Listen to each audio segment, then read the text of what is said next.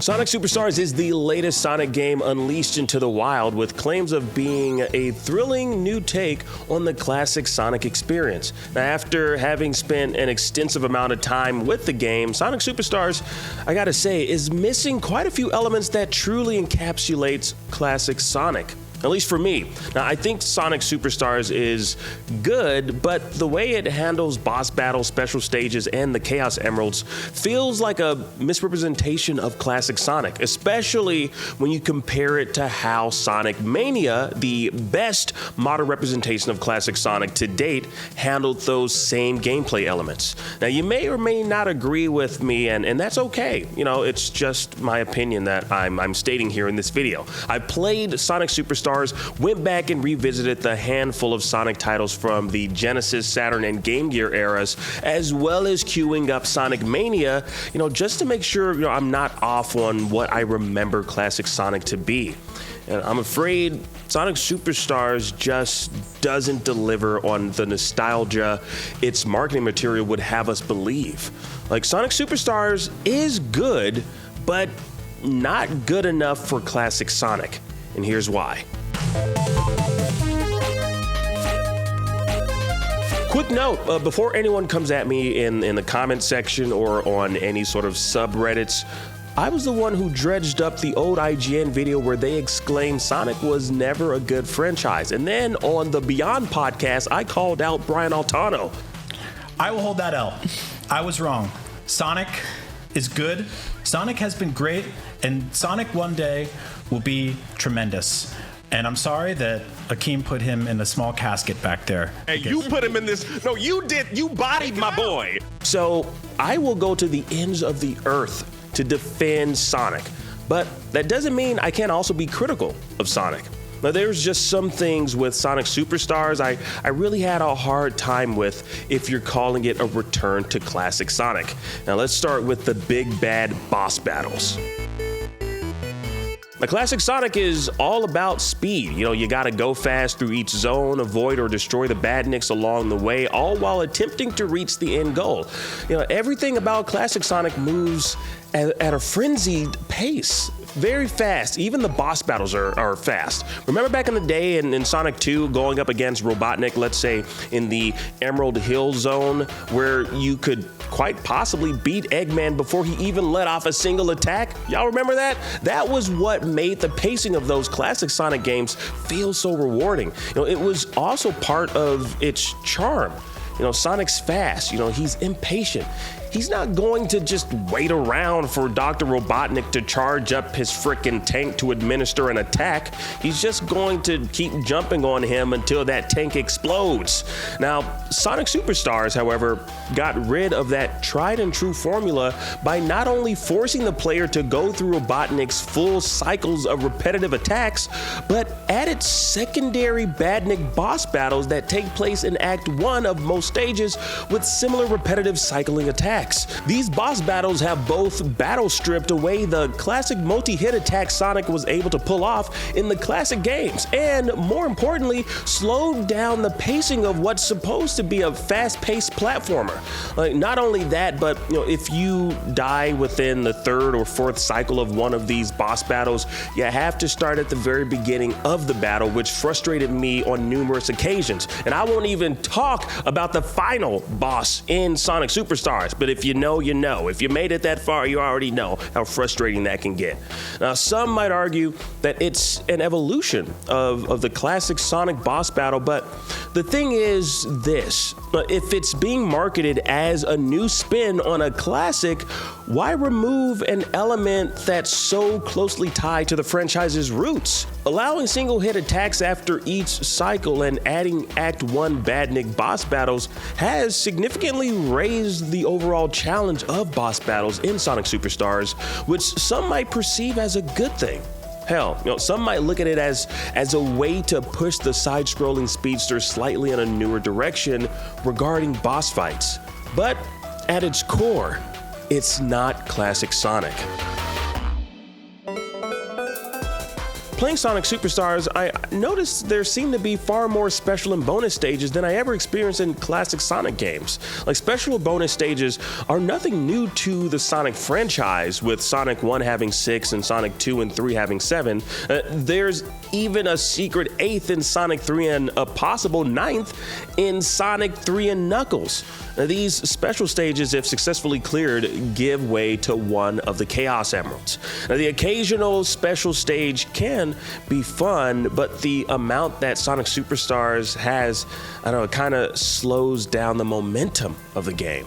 Now, I understand what the Sonic team was trying to go for here.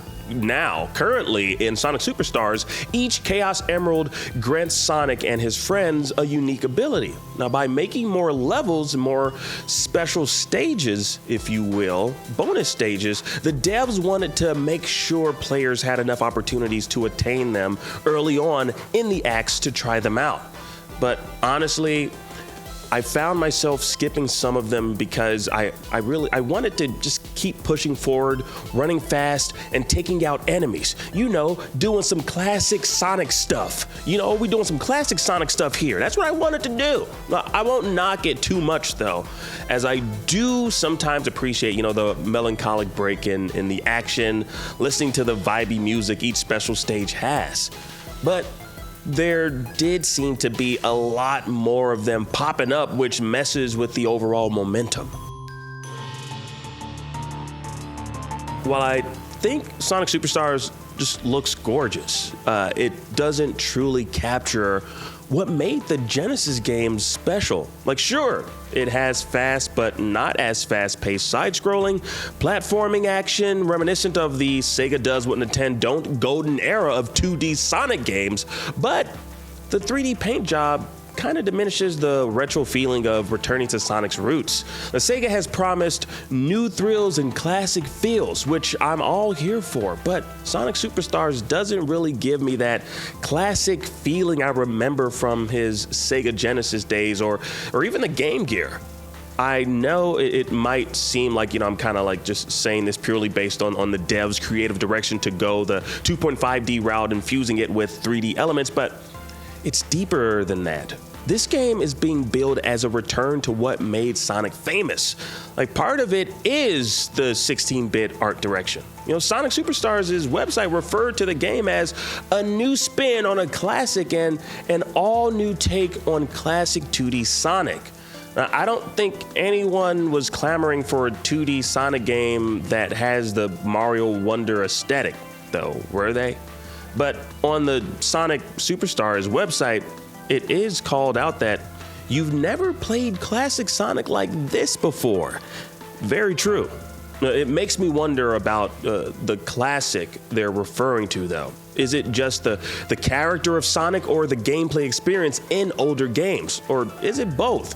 Like, regardless, it's rather odd to go the 3D route in a 2.5D environment with a Sonic game that's being billed as a nostalgia trip for classic Sonic fans. Like, we appreciate modern Sonic just as much as classic Sonic, but this hybrid that seems to simply put a 3D overlay on classic Sonic gameplay is neither classic nor modern Sonic. Instead, it's a modern take that infuses classic Sonic gameplay tropes and elements to remind you of what possibly made you fall in love with the franchise's 16-bit heyday.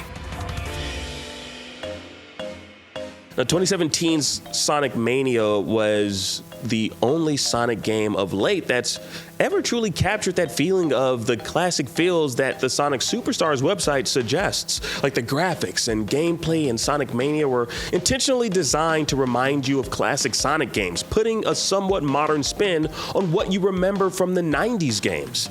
Now, Sonic Mania wasn't a port of older Sonic games and zones, but a leveling up of the 16-bit aesthetic. Like, it also offered Sonic superfans previously unavailable options to choose from. From the music down to the look and feel, Sonic Mania was a video game that just felt like a lot of love and care was put into it. Something I'd argue was conceptualized by fans for fans. And yet, it's so interesting the Sonic team decided to go with this current 2.5D look for Sonic Superstars. Like, although it shouldn't be too much of a shocker, as the idea and concept was actually birthed from the success of Sonic Mania. Like, clearly fans were still interested in the classic Sonic 2D platform experience, but the team didn't want to tread the same territory with Superstars by opting for a retro pixel art style. I get why, kinda. A 16-bit look might not appeal to a wider audience, but with this 3D look, you'll undoubtedly attract a younger audience. Sonic Superstars' look fits in with any other Nintendo Switch-based platform you might see. Like, Sonic Mania was made for hardcore fans, while Sonic Superstars was made for mass appeal for children and parents, with hardcore fans of Sonic just being somewhat of an afterthought. And you know what? I gotta say this, it's fine, honestly. Like I said, the game is good.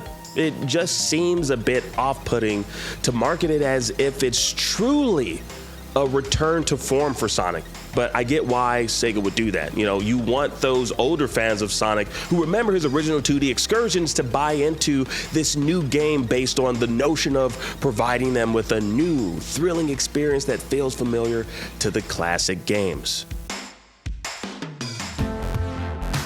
The Sonic Superstars is really fun and a nice throwback to some of those tried and true Sonic the Hedgehog tropes we've become accustomed to with the 16-bit Sonic games. But there's just a special magic missing with Superstars that, you know, going back to it, Sonic Mania managed to capture from the Genesis days of the Sonic the Hedgehog games. And yes, that is partially due to the aesthetics, but if you're an overall fan of Sonic, more specifically classic Sonic, it's worth checking out just to see if it tugs at your personal nostalgia strings if you remember playing the original 16-bit games. Like, it stands on its own, but the Sonic boom, that Sonic boom, for me, just ain't booming. It just ain't booming. Not in this metro. Now, I like Sonic Superstars. I love all this Sonic content we've been getting as of late, these past few years, but Sonic Superstars isn't a new take on the classic Sonic formula. It is something new for sure, but when you compare it to something like Sonic Mania, it doesn't really stand on its marketing as well as that game did. With the tedious boss battles, the 3D art direction in a 2.5D gameplay setting, the countless special stages, I couldn't help but simply think this isn't what I was expecting coming from Sonic Superstars. Like, the 16-bit frenzy that was Sonic Mania has been watered down and swapped out for a more universally acceptable art style that'll likely cater to a much younger audience. And you know what? I guess that's fine. You know, Sonic Superstars is good, but it doesn't truly give off that classic Sonic vibe. Like, there are many elements in there, but when you compare it to Sonic Mania and the previous Sonic video games, classic Sonic video games, I think we know which ones really achieved that classic Sonic feel, that classic Sonic vibe it set out to achieve. Sonic Mania definitely did that. It reminded me a lot of the classic Sonic video games, and I'm pretty sure y'all will agree with me with that, right? Now, I'll let y'all decide in the comment if y'all agree with me or not. Like, I love the little blue guy, so I'd like for you to, share your thoughts, on what you think of Sonic Superstars. Do you think it holds up to the classic Sonic legacy like Sonic Mania did? Or do you think there's something a little bit lacking with Sonic Superstars? Let's talk about it down below. Again, I love that little blue blur, and I'd love talking to y'all about it. Until next time, keep it locked right here on IGN.